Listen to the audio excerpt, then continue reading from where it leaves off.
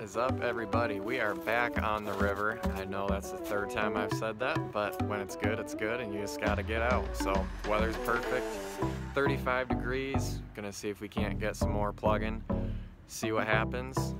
Last couple times we've had a lot of luck, so hopefully we can keep that going, get some more action, get some more awesome steelhead, some more fights. So stay tuned, let's see what happens.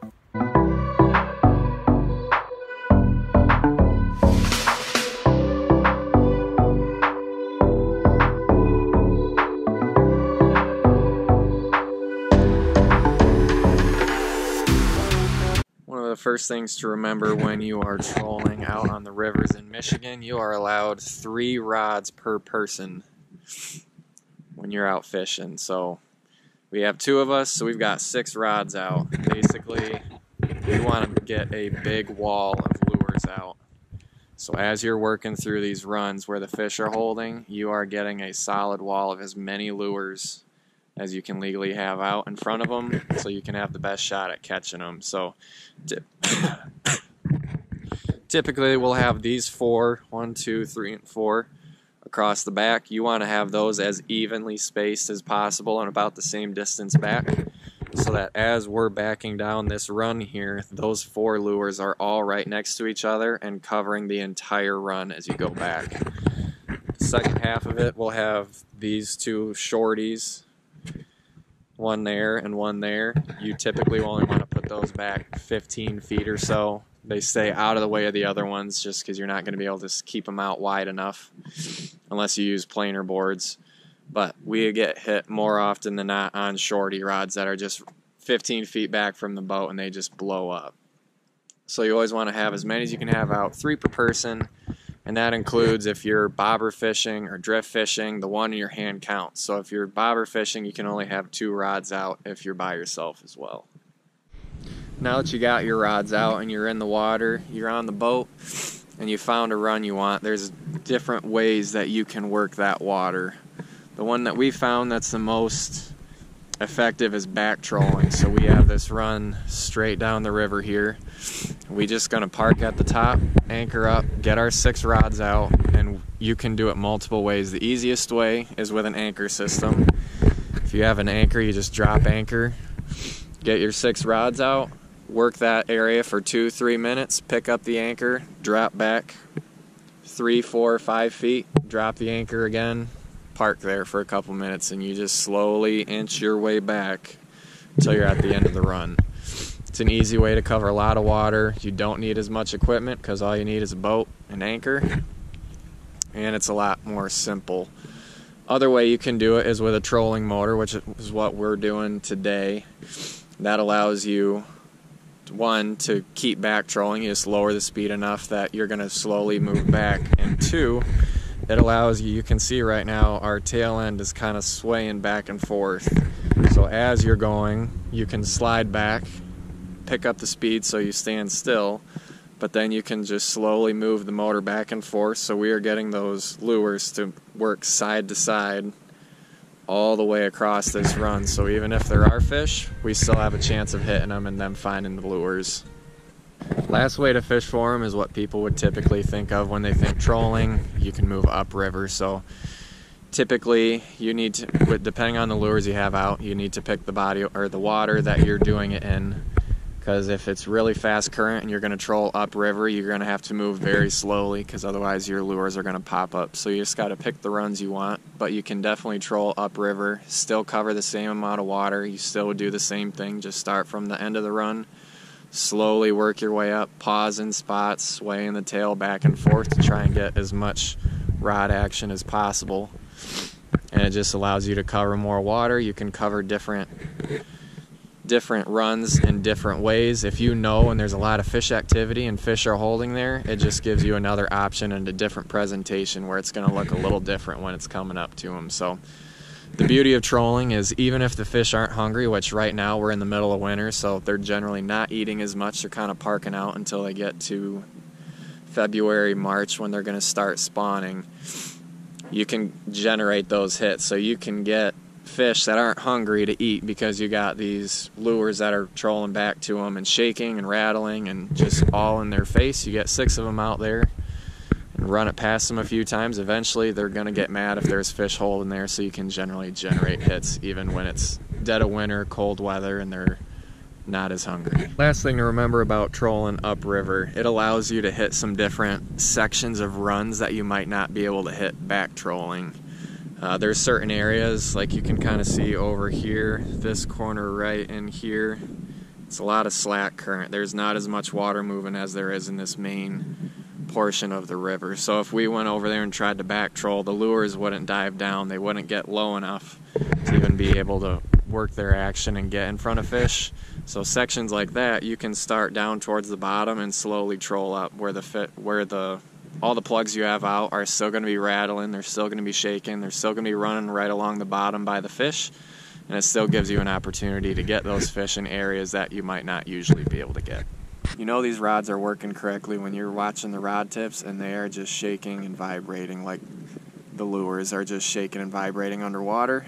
As long as the rod tips are moving like that, you know you're alright. If they're just sitting still, they're not shaking, or they're shaking and then they'll stop for 5-6 seconds and then start up, usually means there's a leaf or you got hooked on some line or extra line that's in the river. But that's kind of one way you know. As long as you got the 6 rod tips going like this, you can just keep working over as much water as you can, try and generate as many hits as you can, give yourself the best shot at catching a fish.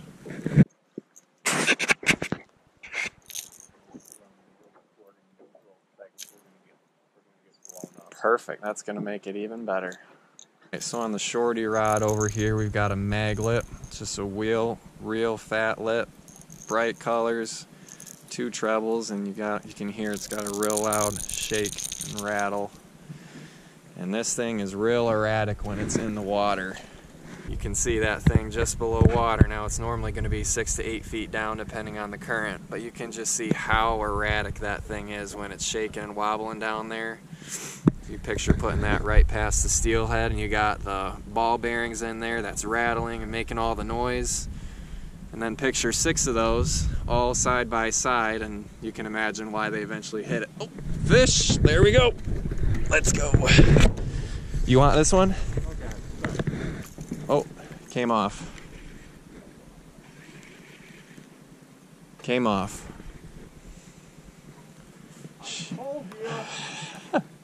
Well, he did call. We were literally just saying while we're trying to get an explanation here, we're gonna get bit, and ooh, we got bit on the wiggle wart. That's the black top, blue body.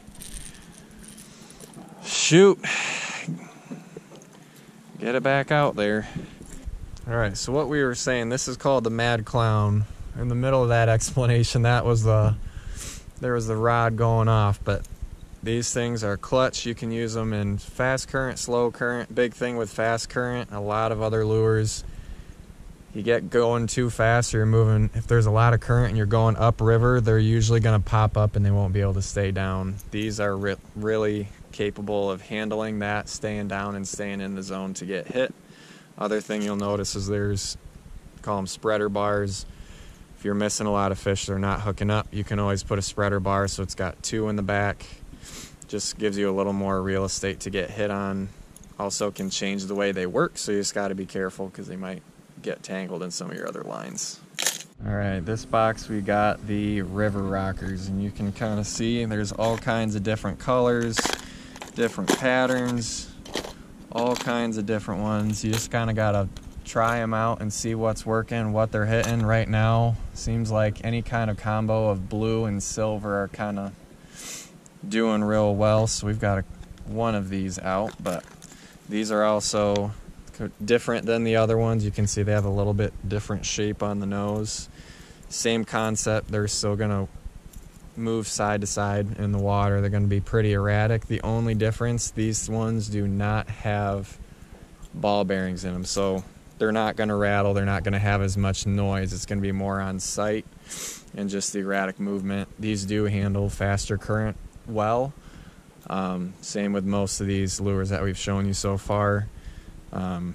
Big thing with slow current with a lot of these, you're going to run into issues where if there's not enough current where it's going to be able to keep going and keep shaking, they're not going to work. So you just got a balance of the spots you want to go and then how you attack it. If it's slower current but you know there's fish holding there, then you just want to make sure you're trolling upriver through it to make sure the lures are getting the right amount of action to be able to get hit. Alright, this last bin we got are flatfish. Notice they look a lot like the mag lips that I showed you earlier. Similar body style, these just have a lot more drastic nose on them, so they will dive a lot faster. They are way more erratic in the water. Notice they all have double spreader bars, same kind of thing. Lots of different kind of colors and combos you can try out. But these are really effective in slow current because they are very erratic. They move around like crazy. You can hear the rattle, so there are some ball bearings in them to give it some noise too. But these are even more erratic than the flatfish are, which they generate a lot of hits, but they generally have to be done in slower current. If you're in just moderate current, they will pop up and get erratic, and then they can get tangled on other lines, or they just can't stay down and even give you a chance. So it's got to be the right spot, but if you have the spot with slow current, they are deadly.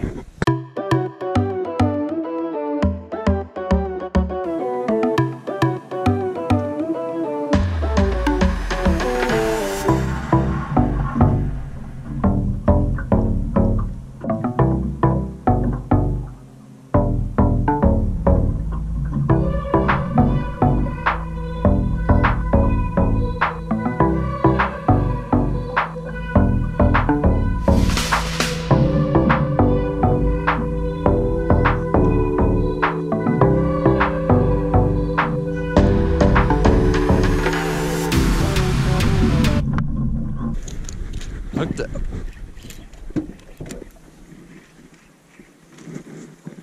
Yeah, baby. Woo! Nice fish. That's a nice fish.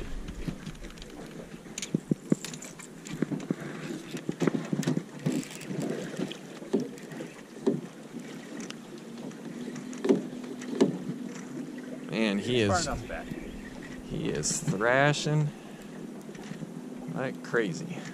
Here we go. Oh, he's still going.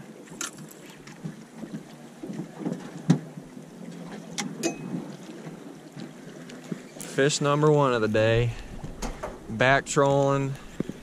Got 6 plugs out. I think this one is on one of the wiggle warts we got out. I can't remember which one it was.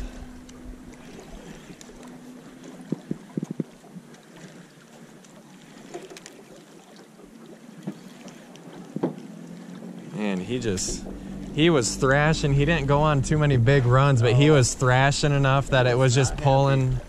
He was pulling some drag loose and just going backwards. Not really a big run, but he just had enough weight to him. He was just going to make himself go back. Man, we didn't even get tangled in our other lines.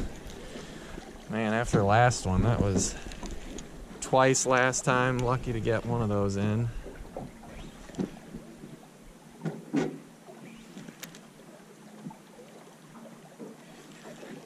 I knew it was too good to be true. That whole run, not to get bumped. That's cool to see that. Yeah, kind of waking, yeah. Giving a little bit of a head weight going across the river. Nice fish. Beautiful. Gotta love spot lock on the anchor of the trolling motor. That's just perfect. Move up here.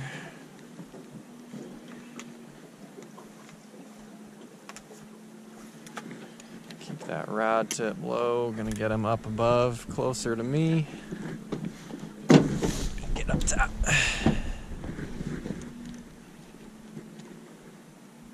Look at that, right in the water. That's beautiful.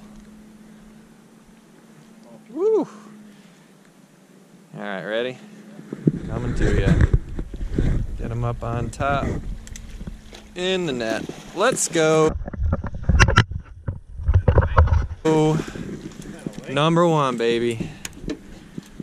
Been on the water for about an hour. Right, fish number one, wiggle wart, silver body, bright yellow chartreuse bill. These things are awesome. They just piss the fish off enough. Even if they're not hungry, they usually want to hit it. Just will sit there and it shakes, and you can hear, you hold the hooks here, you can hear the rattle. There's a couple ball bearings in there, so with the current of the river, it's moving erratically. It's got all kinds of bright color, and it's shaking and making a lot of noise. You put that in front of a steelhead for long enough, they usually will swipe at it, and that's when you see one of the rod tips start blowing up. So get 6 of those out, just keep back trolling it, and you never know what's going to happen.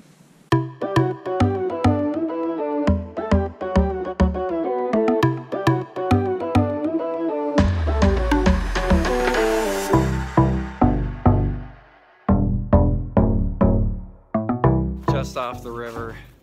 Hope you guys enjoyed that. A little tutorial on how we plug fish and the different things you can do to try and get fish, different ways to run different plugs, and different ways to get your baits to move. Only ended up getting the one, had a couple other taps, just didn't stick. Part of the game, that's how it goes.